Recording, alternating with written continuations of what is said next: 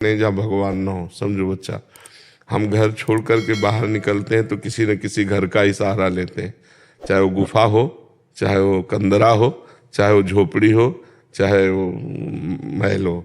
शरीर को कहीं ना कहीं वास मिल, शरीर को भोजन चाहिए, शरीर को वस्त्र चाहिए, शरीर को औषधि चाहिए, तो संसार का आश्रय लेना ही पड़ता है बच्चा।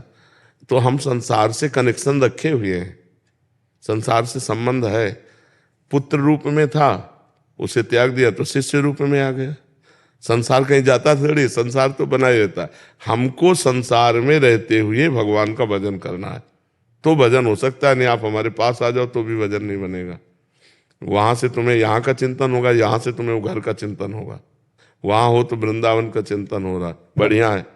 वहां से भगवत चिंतन हो रहा है, ये बढ़िया बात है। यहाँ से घर का चिंतन हो, ये घटिया बात है। तो नाम जप करो, माता पिता की सेवा करो, और पढ़ लिख करके धन कमाओ, परिवार का पोषण करो, पूरी जिंदगी जो है परमार्थ में लगा दो। इसी से भगवत प्राप्ति होती है। ये थोड़ी कि घर बार छोड़ करके हम कहीं कोने में बैठ जाए तो परमात्मा चिंतन करके परमात्मा प्राप्ति कर लेंगे, ऐसा नहीं। सब संत महात्माओं को लगना पड़ता है संसार में। जो तुमने भजन किया, जो तुम ज्ञान प्राप्त किए, दूसरों को दो, फिर यहाँ से जाओ। क्योंकि भिक्षा पाई है, वस्त्र पाया है, शरीर का पोषण हुआ है, तो चलो टहल टहल करके सबको पुण्य अपने प्रदान करो, भजन प्रदान करो। देखो संत महात्मा नहीं करते ऐसा। महाराज जी घर में रहते हुए यहाँ के जैसे जो चिंतन यहाँ रहे बने, और ये कैसे महाराज? हमको तो यही लगता है कि अगर भजन करना है तो गृहस्थी में रह के बहुत बढ़िया भजन होता है, उसमें कोई जान नहीं पाता। और अब मेहनत करे, माता पिता की सेवा करे, परिवार की सेवा करे, और राधा राधा जपे, कोई परेशानी थोड़ी। बाबा जी बनने के लिए बहुत बड़ा संघर्ष है बच्चा। ऐसे मान लो खाए पिए ऐसे घूमे, वो बात अलग है, लेकिन वो ईमानदारी से संत बनने के लिए पूरे जीवन की लड़ाई है, पूरे जीवन की लड़ाई। कहीं भी चूक हो गई तो गिर गया धम्म से, ऐसा समझो।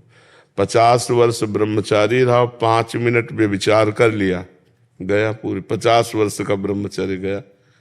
अब आज कलयुग चल रहा है, इसमें ब्रह्मचर्य धारण करना, इसमें पवित्र जीवन रहना, समाज में रहते हुए भी समाज से असंग रहना। जैसे जल में कमल का फूल होता है ना, उसी में पैदा होता है, उसी में रहता है, लेकिन असंग रहता है। ऐसे संत महात्मा होते हैं। संत बनना बहुत कठिन है। हम तो कहेंगे कि घर में रह करके माता पिता परिवार की सेवा करते हुए भजन करो, बहुत अच्छा है। ये कलिकाल है, अब जैसे जैसे बढ़ता जा रहा है वैसे वैसे साधुता का पालन करना बहुत कठिन है। साधुता का भेष तो कोई बात नहीं, बना लेने में कोई देर नहीं लगती, लेकिन साधुता का पालन करना बहुत कठिन है। संतत्व का पालन करना, अपने गुरु परंपरागत आचरणों का पालन करना बहुत कठिन है। तो इसलिए घर गृहस्थी में रह के भजन करो। ऐश्वर्या जी मथुरा से। राधे राधे। राधे राधे महाराज जी।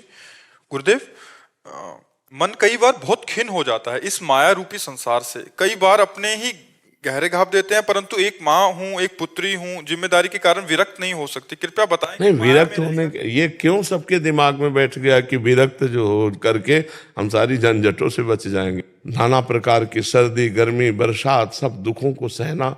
लोग उपहास कर रहे हैं, लोग अपमान कर रहे हैं, उसको भी सहना है। ये संत का जो मार्ग है बहुत कठिन मार्ग है। ये थोड़ी कि हम संत बन गए तो लोगों को ऐसा लगता है संत बनना बहुत कठिन बात है, बहुत कठिन। माया से कैसे दूर? अरे ये माया है, देखो ये माया, ये शरीर माया है, मन माया है, बुद्धि माया है, चित्त माया है, अहंकार माया, अंदर बाहर माया ही माया है। माया कोई गलत नहीं है।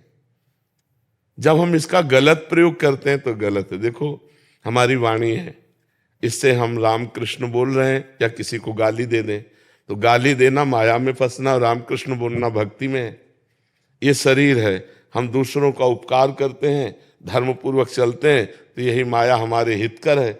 और इसी से हम जब गलत करते हैं तो जेल और नरक भोगना पड़ता है। माया कोई बुरी वस्तु नहीं है।